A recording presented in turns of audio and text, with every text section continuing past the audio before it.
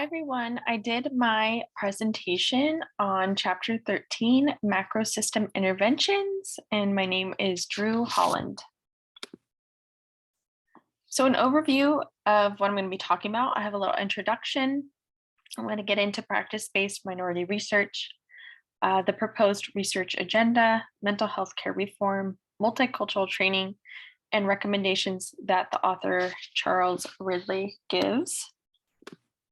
So introduction, organizational patterns of behavior in treatment settings are not the only sources of institutional racism in the US mental health care system. Racism occurs in treatment settings that stems from structural problems in American society. So think clinics, community health, mental health centers, hospitals, even student counseling services, and private practices. To overcome this racism in mental health services, professionals must target these wide-ranging forces that reach down from higher tiers and ultimately influence practices at the local level. Macro system interventions are what we're going to be talking about today, and they're interventions that aim to make changes that will radiate throughout a given system. So in this particular case, we're talking about like the vast network of mental health institutions, such as licensing boards, government regulatory agencies, funding agencies, professional associations, managed care organizations, and service centers. And all of these institutions have a stake in the success of mental health services delivery. So they are the targets of macro system interventions that I will be talking about. So practice-based minority research. The best way to improve practice in any profession is to solidify the knowledge base on which that practice is built. So the US mental health care system needs an infusion of new knowledge that will lead to improved service delivery to ethnic minority clients. Practice-based research that examines the experiences of minority clients is unquestionably the intervention most likely to gather the knowledge required to alter professional practice and counter the institutional racism of the mental health care system. So the proposed research agenda. So currently the support for treatments often recommended to minority clients is more speculative than empirical in nature. And it should be noted that most theories of counseling and psychotherapy are Eurocentric. And Ridley, the author, proposes these three questions. Is competence in multicultural counseling inclusive or exclusive?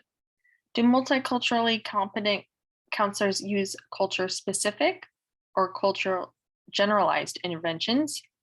Are the major theories of counseling and psychotherapy relevant to people of color? And the research agenda should focus on this question. How can practitioners incorporate cultural considerations beneficially into counseling and therapy to facilitate therapeutic clients? So good research is the most important macro system strategy for overcoming institutional racism in the mental health care system. So characteristics of the research agenda. So how can mental health professionals advance the research agenda? And historically, minorities have been either excluded from major investigations or unaccounted for in the reporting or interpretation of data. And research should be programmatic, theory-driven, and culturally valid. So programmatic research, to make progress, mental health professionals must display several characteristics. So they must act purposefully. Discoveries about the relationship between race and ethnicity and therapeutic change will not be accidental, and they should not be. Researchers need to be ready to fully commit.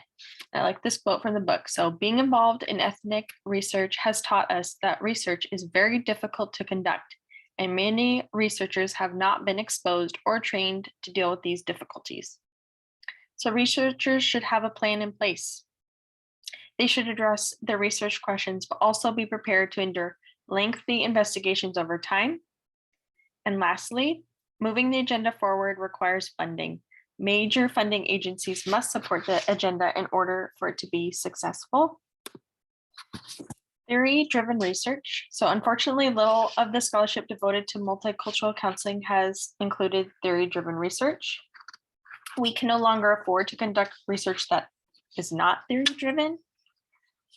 And there is a major need for theory-driven research to advance the knowledge base regarding multicultural counseling. And scholars must commit to developing more theories of multicultural counseling, or progress on this proposed research agenda will meet. So culturally valid research, like I mentioned earlier, historically minorities have been either excluded from major investigations or unaccounted for in the reporting of the data.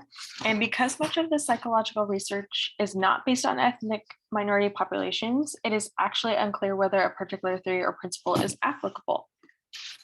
Interventions, measures, or questionnaires may not have the same meaning or be valid for these populations, and research must be conducted in ways that optimally benefit the cultural populations to which the findings will be applied.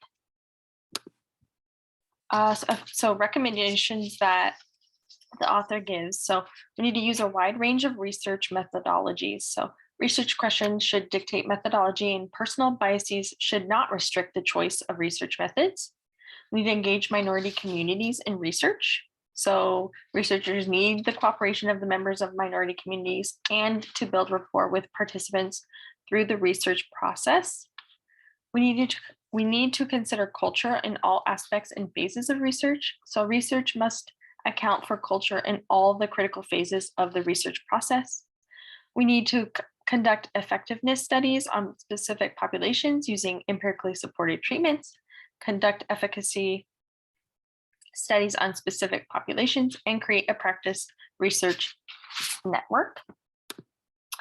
So mental health care reform is another macro system intervention aimed at combating institutional racism.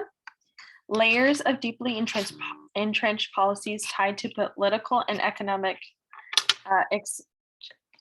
exigencies pose a challenge to reform. If mental health professionals do not challenge the status quo, the perpetuation of racism in the system is guaranteed. And there are 5 themes that are critical to the reform of mental health policies, and they're equitable service delivery, data-driven policy making, proper targeting of resources, flexibility, and partnerships. And I'll get into those right now. So the philosophical foundation of reform, equitable service delivery. So achieving equitable outcomes across all client populations is the most important goal of mental health care reform. So no client, regardless of race, culture, ethnicity, or socioeconomic status, should receive inferior treatment or experience negative outcomes as a result of treatment. Data-driven policymaking. So policy concerning the treatment of ethnic minority consumers of mental health services should be anchored in psychological evidence. Proper targeting of resources. So mental health care reform efforts should strive to provide resources to communities that need the most and to ensure that enough resources are provided to make a difference. Flexibility. Reform efforts cannot take a one-size-fits-all approach to mental health care service delivery. And partnerships, the collective and collaborative efforts of a broad range of constituents and stakeholders hold the greatest promise for positive change. So this is the blueprint for mental health care reform. And I'm going to move myself down here. This image is from the book. So we have different levels of policymaking. So we have federal, state, local, and agency levels. We have issues of care, availability, accessibility, affordability, accountability, and comprehensiveness. And then we have areas of reform, social policy, policy management, and funding. And reform efforts must consider 3 major dimensions of reform, which are the areas of reform, issues of care, and levels of policy. And these all need to be considered if the system's racism is to be eliminated. Here. Okay, so multicultural training. Training is a conduit through which mental health professionals can apply practice-based knowledge and improve the performance of practitioners. So counselors and therapists need to develop multicultural counseling competence. So training should be trainee-centered. It should be developmental. Training should be outcome-oriented, and training should be relevant to practice. So in summary, combating institutional racism in the mental health care system must begin at this level. Policies and procedures that are enacted outside of actual treatment centers are the source of the most disparities we see occurring. Each of the 3 interventions I spoke about has a potential to make service delivery more responsive to minority clients, being seen now and in the future. And lastly, implementing change at the macro system level will lay a foundation for change at the individual treatment settings or the micro system interventions. And that was all. Thank you.